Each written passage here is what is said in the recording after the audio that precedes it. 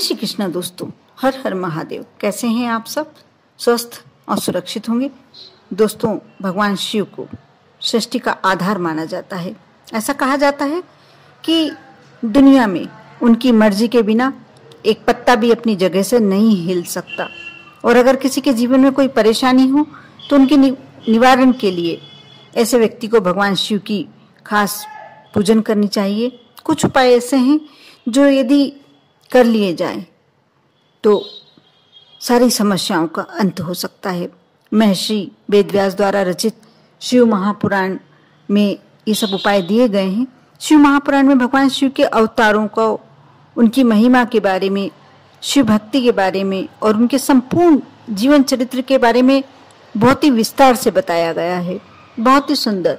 जो एक बार शिव महापुराण दिल से पढ़ लेता है वह अपने जीवन को पूरा एक शिवमय बना सकता है।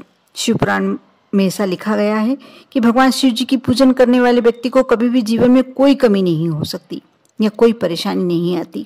यदि परेशानी उसके भाग्य में लिखी भी हो तो कम होकर निकल जाती है।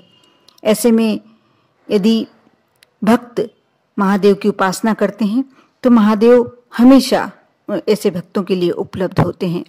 भगवान शिव जी के लिए ऐसा कहा जाता है कि महादेव केवल त्रिदेवों के में से एक देवता नहीं है, बल्कि वह पंच देवों के प्रधान, अनादि और निगमागन भी हैं।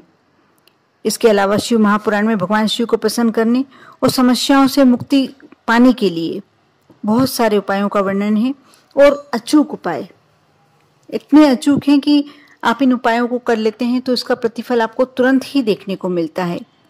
कहीं ज्यादा समय भी आपको इंतजार नहीं करना होता। भगवान शिव की उपासना करना आपके को अपने आप को कष्टों से मुक्त कर देने का एक बहुत अच्छा तरीका है। कर्ज मुक्ति। यदि कोई व्यक्ति बहुत ज्यादा कर्ज से घिरा हुआ है, बहुत ज्यादा परेशान है, तो शिव महापुराण में इसके लिए बहुत ही सुंदर उपाय है। शिव महापुराण के अनुसार कर्जों से मुक्ति पाने के लिए रोजाना शिवलिंग पर यदि आप चावल मिलाकर जल अर्पित करते हैं, बस थोड़ा सा ध्यान आपको यह रखना होगा कि चावल अक्षत होना चाहिए, यानी साबुत होना चाहिए।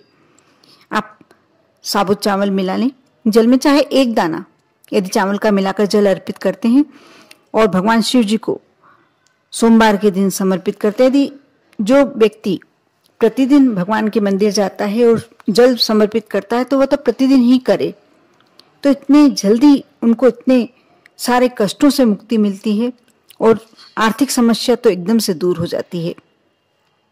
एक और इससे संबंधित एक और बहुत ही अच्छा उपाय है। सोमवार के दिन आप शाम के समय ये उपाय कर सकते हैं। एक वस्त्र, सफेद रंग का वस्त्र, श्वेत वस्त्र आप भगवान शिव पर, शिवलिंग पर रख दें, चढ़ा दें। रुमाल समान चढ़ा सकते हैं, रुमाल भी समर्पित कर सकते हैं। उसके ऊपर आप जितनी चावल रखना चाहे, 1 मुट्ठी, 2 मुट्ठी, 250 ग्राम, जितना आपको, लेकिन बस चावल साफ, स्वच्छ और साबुत होने चाहिए।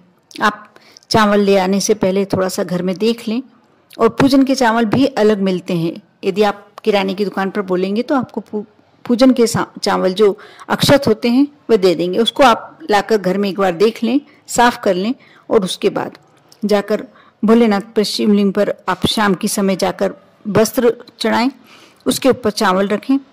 व्यक्ति के सारे जीवन की, पूरे जीवन भर की रुकावटें दूर होती हैं, सफलता मिलने लगती है। कोई भी कार्य यदि वो करने निकलता है तो उसमें सफलता ही हाथ लगती है, धन की प्राप्ति होती है और कर्ज की समस्या भी समाप्त होती है।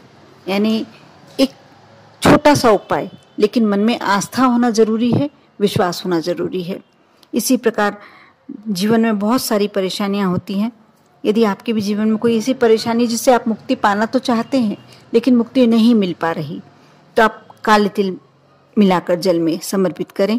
ऐसा करने से पाप तो दूर होते ही हैं, कष्ट भी दूर होते हैं और परेशानियां जीवन की समाप्त हो जाती हैं। और इस उपाय को करने से शुभता, जीवन में शुभ समय आने लगता है, सुखों की प्राप्ति होती है। सुखों की प्राप्ति यदि आप चाहते हैं, सुविधाओं की चाहना रखते हैं, तो आप पानी में जौ मिलाकर उस जल से शिवलिंग का अभिषेक करें।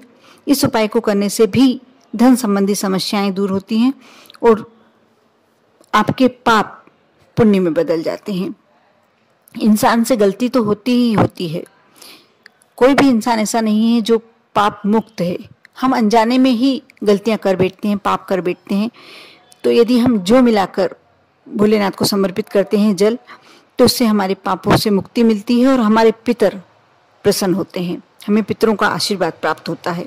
यदि घर में बहुत ज़्यादा क्लेश चल रहा है, बहुत ज़्यादा अशांति है, परेशान हैं आप, तो शिव जी को गेहूं से बने हुए पकवान का भोग लगाना चाहिए।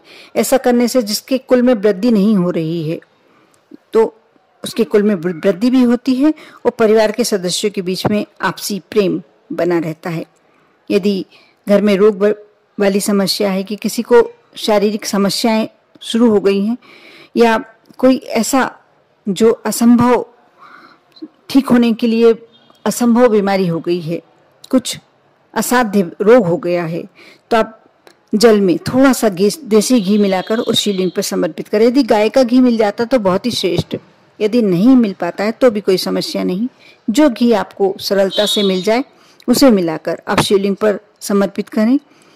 ऐसा करने से, सिर्फ ऐसा करने मात्र से आपको रोग मुक्ति आपके यहाँ होने लगती है।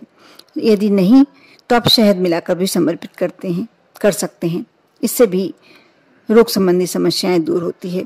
यदि ऐसी कोई मनोकामना है आपकी जो बहुत लंबे समय से आप मन में लेकर चल रहे हैं लेकिन पूरी ही नहीं हो रही है, तो आप अपनी मनोकामना के लिए 5 सोमवार पशुपतिनाथ का व्रत अवश्य रखें। ये हर तरह की कामना पूर्ति व्रत है और ये व्रत प्रदोष व्रत की तरह ही होता है। 5 सोमवार करना होता है। सुबह आप पूजन के लिए जाएं, थाली पूरी सजाकर भोलेनाथ का अभिषेक, जो भी जैसा भी करना चाहते हैं करें। एक मीठा भोजन, कुछ भी भोग लगाने के लिए भगवान को, शिव जी को बनाएं। चाहे आप खीर बनाएं, चाहे आप आटे का हलवा बनाएं, जो भी आप मिष्ठान बनाते हैं वो बनाएं।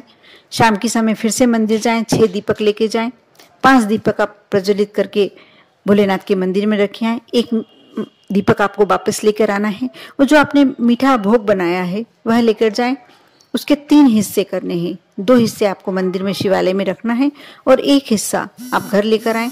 सबसे पहले जो दीपक आपने एक बचा के रखा है अपनी थाली में, उसे प्रज्वलित करके अपने घर के मेन गेट पर, मुख्य द्वार पर रखें, सीधे हाथ की तरफ। अंदर प्रवेश करें, अपने मन की मनोकामना करें जब दीपक प्रज्वलित करते हैं। उसके बाद आप सबसे पहले प्रसाद का भोग लगाएं। प्रसाद स्वयं ग्रहण करें, किसी को अपने प्रसाद में से नहीं दें और प्रसाद ग्रहण करने के बाद आप भोजन कर लें। कोशिश करें, प्रयास करें कि जैसे ही आप दीपक प्रज्वलित करके अंदर घुस जाते हैं, उसके 1 घंटे के अंदर आप भोग, जो प्रसाद है आपके पास, वह स्वयं ग्रहण कर लें। साथ ही साथ आप भोजन भी कर लें। बहुत ही सरल और बहुत ही अच्छी विधि है।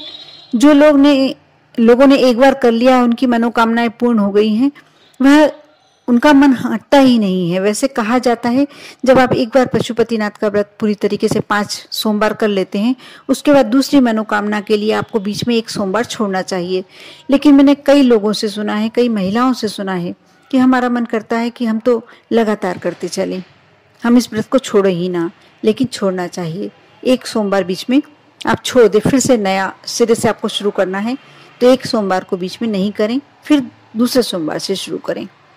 आप यह व्रत करके देखें, कैसी भी मनोकामना आपकी पूरी होगी। मैंने भोलेनाथ के जो उपायों का वर्णन किया है, जो उनकी महिमा का उल्लेख किया है, सब शिव महापुराण के द्वारा ही जानकारी प्राप्त करके किया है। आप भी इन उपायों में से जो भी आपको लगता है कि आपके अनुकूल है, आप करें। जिसकी आपको आवश्यकता है वह कार्य करें और अपने जीवन को बहुत ही सहज, भोलेनाथ की कृपा पाकर उस सहज बनाएं। कर देखें, आप पर और आपके पूरे परिवार पर भोलेनाथ की कृपा बनी रहे। ओम नमः शिवाय।